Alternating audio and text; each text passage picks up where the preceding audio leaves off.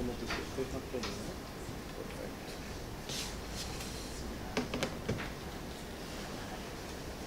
No es que voy a presentar.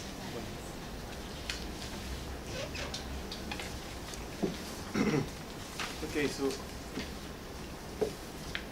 first of all, I want to thank Carlos for inviting me to share with you this amazing conference. Well, I will present my paper about informal popular war and plebeian welfare in post-industrial societies, and some lessons from the Argentine case. So I will present 3 points. First of all,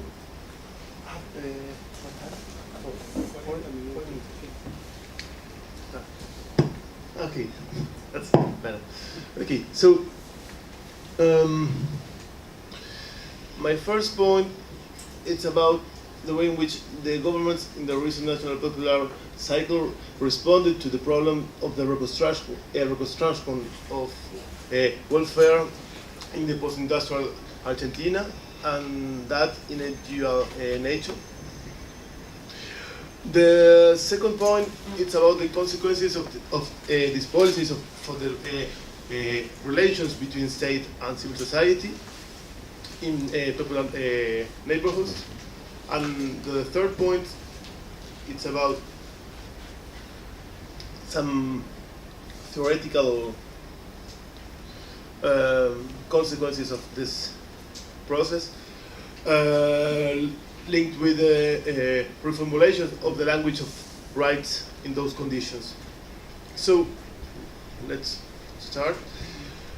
Yeah, thank you. Next. So the national popular and progressive governments of the 2000s set out to modify the distribution model of the surplus prevailing in the 90s of the last century. They had in their favor an extraordinary income that came from the commodities boom. In contrast, unlike the populism of the mid-20th century, these governments were leveraged into a capitalism unable to absorb all the labor generated by society. Their social basis, located mostly in the popular war, did not occupy the central place that industrial workers had in the former substitution industrialization process. In this sense, the recent progressive governments mobilized a people that in socioeconomic terms, but also in symbolic terms, were not the central subject of the process of economic accumulation. Under these conditions, they had to propose a different form of access to welfare from that of the traditional industrial society. Next, please.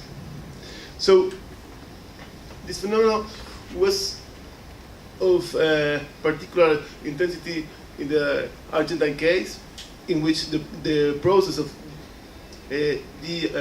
industrialization was felt with greater intensity than in other countries where the industrial economy had been less relevant in the past.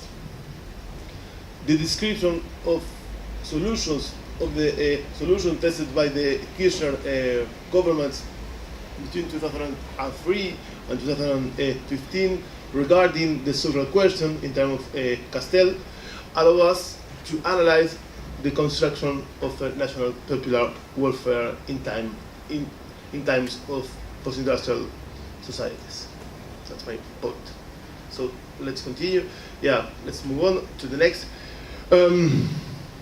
slide. Yeah, so what about the context of this process? After the social and economic crisis of 2001 and 2002 in Argentina, the country began a period of economic reactivation accompanied with the growth of formal employment, a very important growth, by the way, registered employment saw almost double between December 2002 and December 2015. We could see some data after, but I think that will be enough with this general data. However, this growth slowed down as of December 2007, when the Argentine economy seemed to have used up its installed capacity. Since then, the state assumed the role as the motor of employment growth that the private sector no longer guaranteed. Overall, between December 2002 and December 2015, the number of contributors to the pension regime doubled, which reflects the increase in the coverage of social benefits among the Argentine population. Next. So, the use of a part of the extraordinary resources coming from the commodities boom, combined with the policy of rebuilding the international market through the internal market, through mass consumption, led to the reduction of inequalities and expansion of the participation of the popular classes in the distribution of wealth. On this, the diagnoses are more or less unanimous. This combination, actively promoted by the Kirchner government, also produced a sustained and systematic reduction of unemployment, reaching 7.5% in the last quarter of 2007, and a rate that will remain stable, with the exception of the increase produced by the global crisis in 2009 until the end of the period. At the same time, scholars share the diagnosis regarding the difficulties of reducing unregistered informal employment. So let's continue. Let's move on.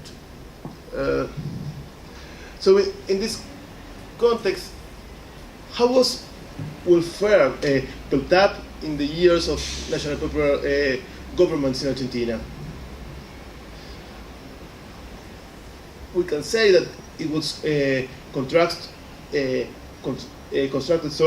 in dual terms, following the division of the popular world into sectors with more stable work relations, the formal, and sector with the more precarious work relations, the informal sector.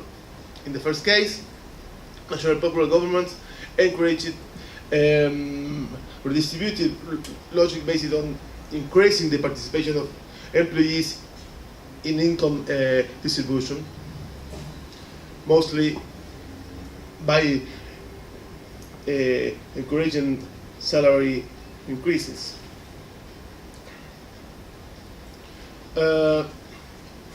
In the second case, they expanded massive social policy with including population that could not be absorbed by the growth of informal economic activity.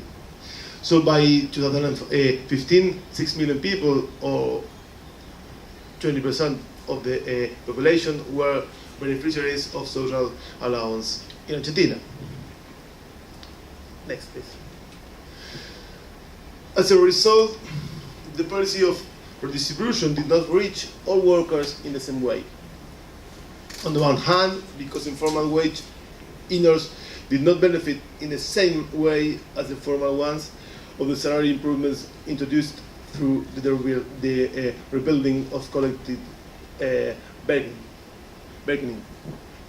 In this sense, the union's own action moved in the same way, essentially dealing with the fate of formal workers in what Echemendia and Colliers have called a segmented corporatism.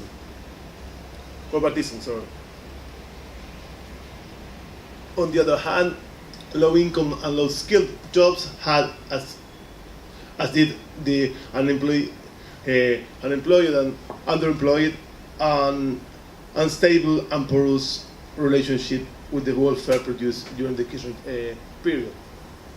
They were strongly dependent on the spillover of formal workers' consumption of service and the cash transfer programs. Next, please.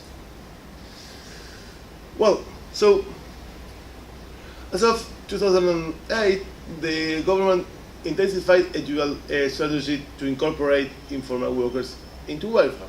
Why? First, because domestic and foreign factors resulted in the stagnation of the improvement of all social and labor indicators. Secondly, because in 2009, those social problems impact in the electoral defeat of the government in legislative elections. And after that, a global economic crisis affected, as mentioned above, the level of local employment. In line with the supporters of the citizens' income that detach access to welfare from the possession of a formal job, Kirchner's government introduced the Asignación Universal por Hijo, a universal child allowance, aimed to children and adolescents under 18 years old whose parents are unemployed or informal workers with incomes below the legal minimum wage. Next, please. Then, in April 2011, the universal allowance or assignment for pregnancy for social protection was created to pregnant women as of the third month of pregnancy until the birth or termination of the pregnancy. Both benefits managed by the National Social Security Administration at midway between what would be a universal income and a social program, since poor people receive them in return for fulfilling specific behavioral conditions. To understand the scope of the program, in 2015, it reached around 3.3 million children and adolescents. In 2011, effective coverage reached 24.9% of the population under 18 years old. Thank you. So, the second type of cash transfer policy aimed at the informal fractions of the popular work. In line with the demands of a large part of the social movements, alike with the Kirchnerism, were the employment promotion programs that strengthened the so-called popular economy or social economy. The most important program was the program of social income with work, known as Argentina Trabaja, and also created in 2009, and which objective was the promotion of economic development and social inclusion through the generation of genuine jobs with equal opportunities founded on organized and community work. The Argentina Trabaja promoted the creation of cooperatives at neighborhood level, which tended to undertake small neighborhood infrastructure works. Yeah, next. So this program settled up on the political network of the popular world and gave an account of the explicit objective of the Kirchner government to strengthen social organizations, many of which had been the government's allies since Néstor Kirchner's arrival to power. In part, the state offered its redistributive policies through the neighborhood organizational network, which involved a shared welfare management between state bureaucracies and social activists. Thus, these policies converged on a fundamental point: the centrality of territorial mediations in the provision of public goods aimed at informal popular class welfare. So, in this context, the state was present in the popular world in a coordinated manner with the territorial organizations. It overlapped to some extent in the territorial political networks, community leaders linked with social movements, political parties, Catholic and Protestant churches. The classic studies on the state level bureaucracy in the US and the state windows in France give an account to the importance of these actors functioning for the functioning of welfare at the local level. In Latin America, they constitute, and in some cases continue to do so, the face of the state for the popular classes, distributing social benefits ranging from housing subsidies to employment policies. Next, yes. So, this process forged welfare and bureaucratic knowledge in the local social and political organizations specialized in the distribution of public resources, in the organization of social activities functioning as conditions of these social policies, the so-called contraprestaciones, as well as in carrying out procedures in the central offices for the residents of their neighborhoods. In this context, they increasingly became a meeting point between the state and its policies, the state bureaucracy and popular war. In some local activists became a sort of informal to the bureaucrats. So let's see some pictures about this local organizations in which people obtain some social benefits. Yeah, next.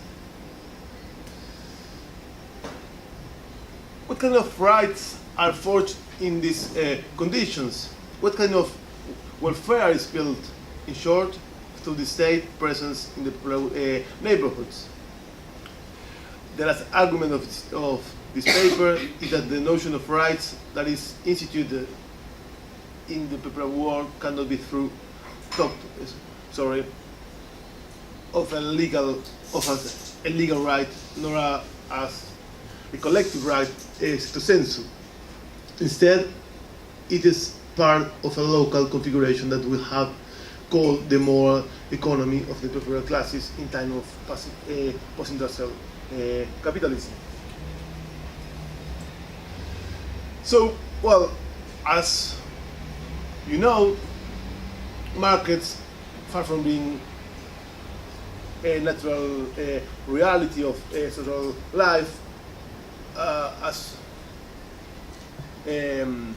has been shown by Polanyi, are institutional relations, polarization, but built politically.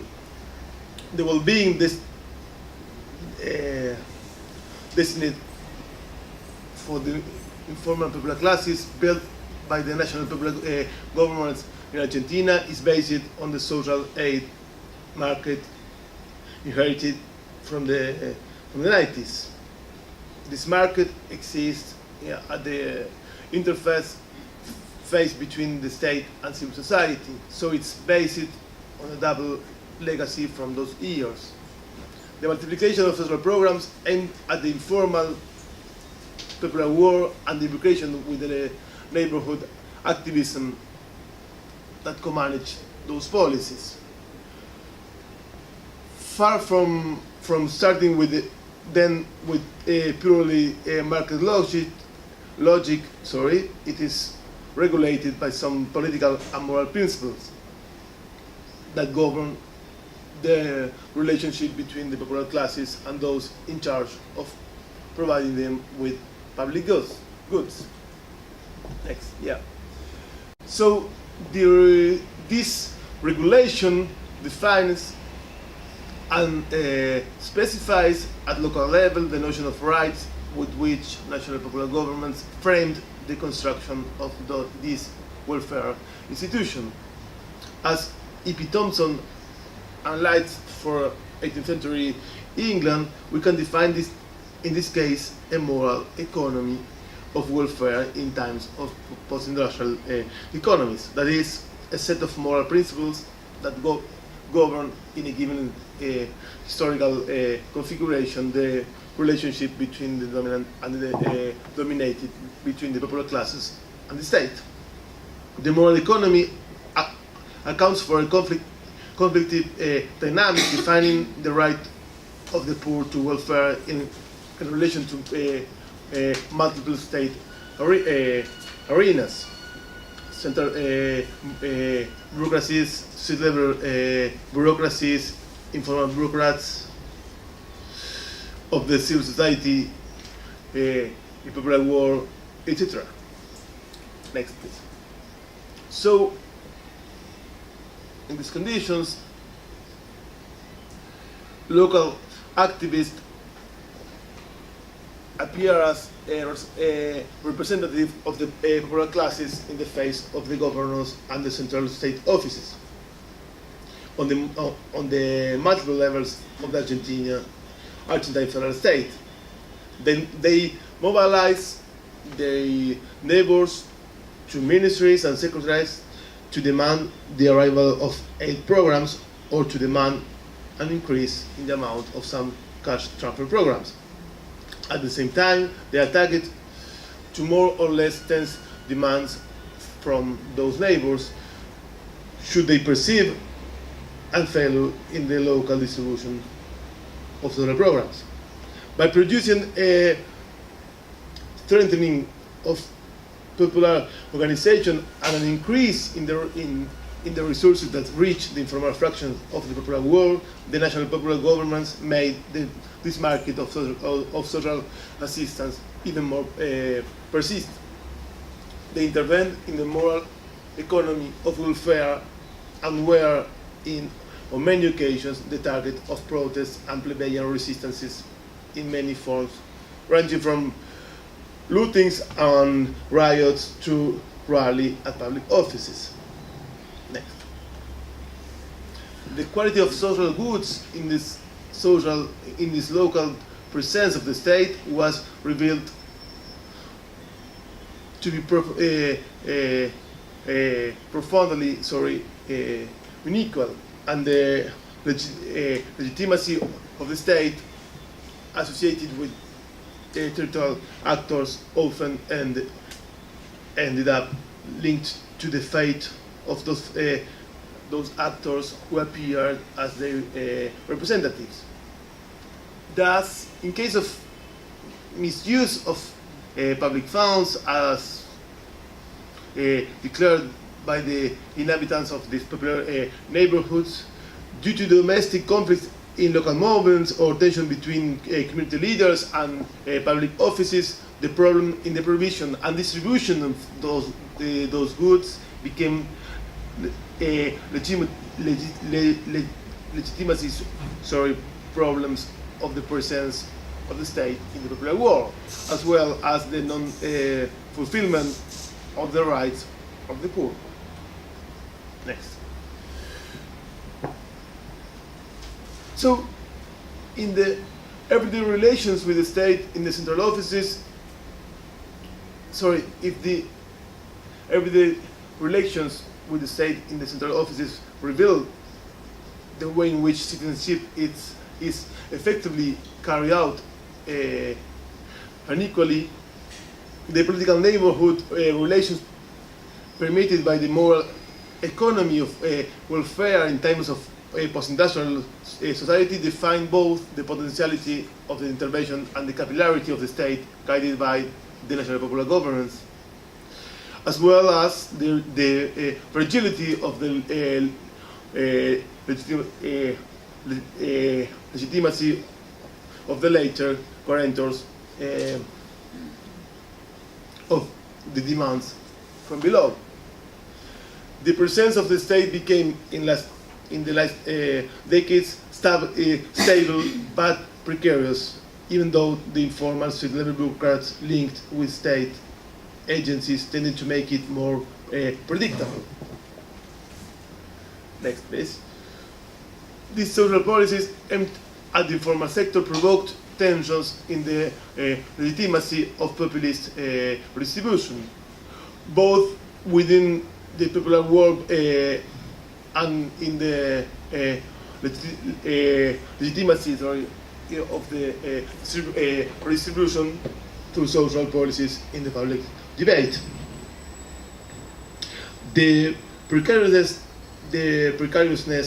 of this welfare made the government a target of criticism both within popular classes and the public sphere, in which the political participation of the poor was increasingly suspected of being motivated by manipulation and clientelism. As in the times of the first populism, the debates regarding the legitimacy of the intervention of the informal sectors in the public space also questioned their autonomy. These tensions linked to the difficult institutionalization of sui generis welfare must be computed together with another legacy, which is expressed in the moral economy of the popular world. So the set of principles of justice mobilized locally that also established certain protection dams against possible attempts to dismember that precarious but constant presence of the state as guarantor of the provision of food for the poor. Well, that's my point. Thank you for your attention.